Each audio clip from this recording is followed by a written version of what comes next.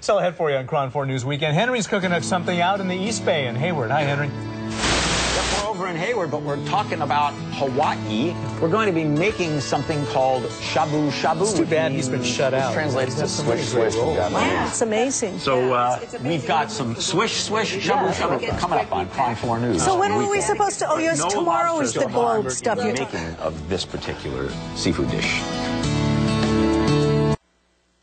But we're on the air, so don't tell people about your spots. Welcome back, Cron 4 News Weekend. Well, you never know when you're going to be on the air around here. So we are here with the executive chef from Roy's, Ty Mahler. Roy's is in San Francisco on Mission Street. They specialize in something called Hawaiian fusion, but you're expanding beyond that. We do a little of everything for sure. I mean, we have to mix some meats in there, some game in there, just to keep everybody happy. So you're going to keep me very happy by showing us how to make something called Shabu Shabu. This is the simplest exotic Japanese cuisine that you can make. So exactly. Go ahead and show us. So, I mean, I brought a couple ingredients to show you guys, but, you know, more importantly, like you were saying, it is about the ingredients. This is going to be a tuna Shabu Shabu. You can do it with beef, like you can get some Kobe and slice it really thin, and anything very thin. Let's go ahead and start making the broth. So we have the broth. It's kind of coming up to a little simmer here. Oh. But I brought two different types of ingredients that are very, very key. These are handashi flakes, which are smoked bonito, and it's got a very, if you want to smell it. Smell, it's going to be, yeah. It's got a real full fish broth. It's tuna flavor with a little bit of smoky, so we throw some of that in there. And these are bonito flakes as well, but they shave the tuna and then dry this. So there's no smokiness, but you get the nice, you know, seafood aspect, seafood flavor in there. Okay. Yeah, go ahead. They're delicious. You know, some people eat them as snacks. I like to put them in broth. In Japan, I mean, they've got everything like this package, and people just sit and eat it. I've been known to eat it too. I don't. Yeah, I like putting in soups. Okay, so we'll throw some more of that, and then that'll dissolve away. And so once it gets all dissolved, that, Dean? It's actually literally, well, it's maybe not quite hot enough right now, but it's literally disappearing as we watch it.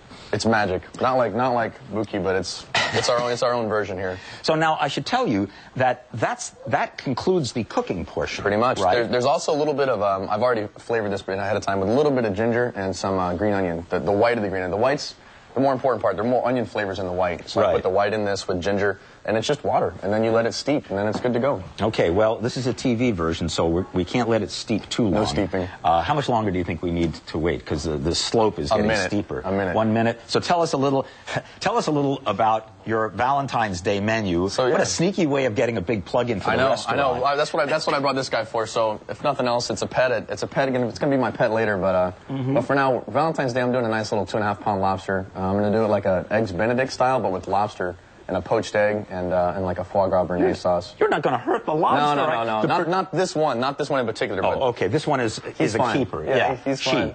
Or she. Yeah. Thank you. And if we can turn the flour over a bit. There you go. There, now it's ready. Okay, the steeping is done. Steeping's done. It's got to be done. Show us we how. lay out a plate like this, and you can kind of do whatever ingredients you want to do. But for this, we're going to do tuna. It's very important to cut the tuna across the grain, so you can see the little grains inside the tuna. You want to cut across that, so that way it's a little more malleable. You can eat it, and it's not going to be chewy at all. So this is really nice sashimi grade tuna. Some shiitake mushrooms, some firm tofu, and then there's also some kaiwari sprouts, which are just daikon sprouts. And then I've got some green onions that have been finely shaved that we can throw in there, as well as some daikon that's been finely shaved that we can throw in there as well.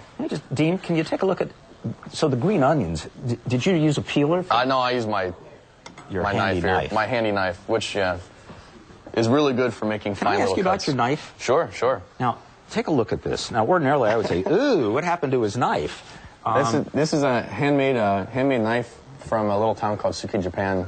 And it's all Damascus, so it's all hand mallet, hand pounded.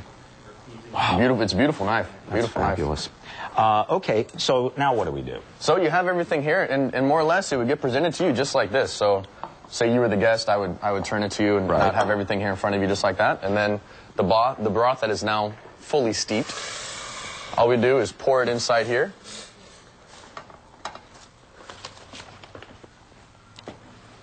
And now you just take the ingredients. Smells good, huh? Yep. Got chopsticks?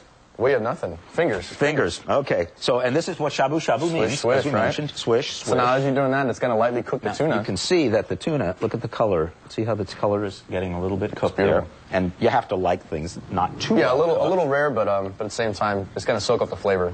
And then you do the same thing. And the same thing for everything, yeah. You can dip the mushrooms, and you can dip the gnocchi in there, and the daikon, so. And it's sort of like a fondue, but without cheese. Exactly.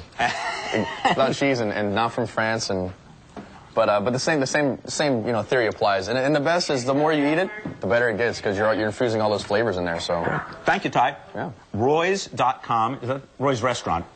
Roy'sRestaurant.com is the website for more information. And website. Those are really good. Are they good? A little bit of spice, but yeah, I just got a big hit of spice. You took a big handful. I didn't want to say anything, but I know you're down for it. Why didn't you say anything?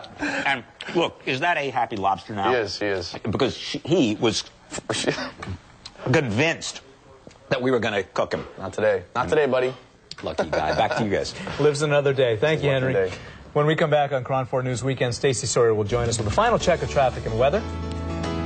And we'll also wrap this year's deer season that will blow you away. You'll have to come back to find out. We'll be right back.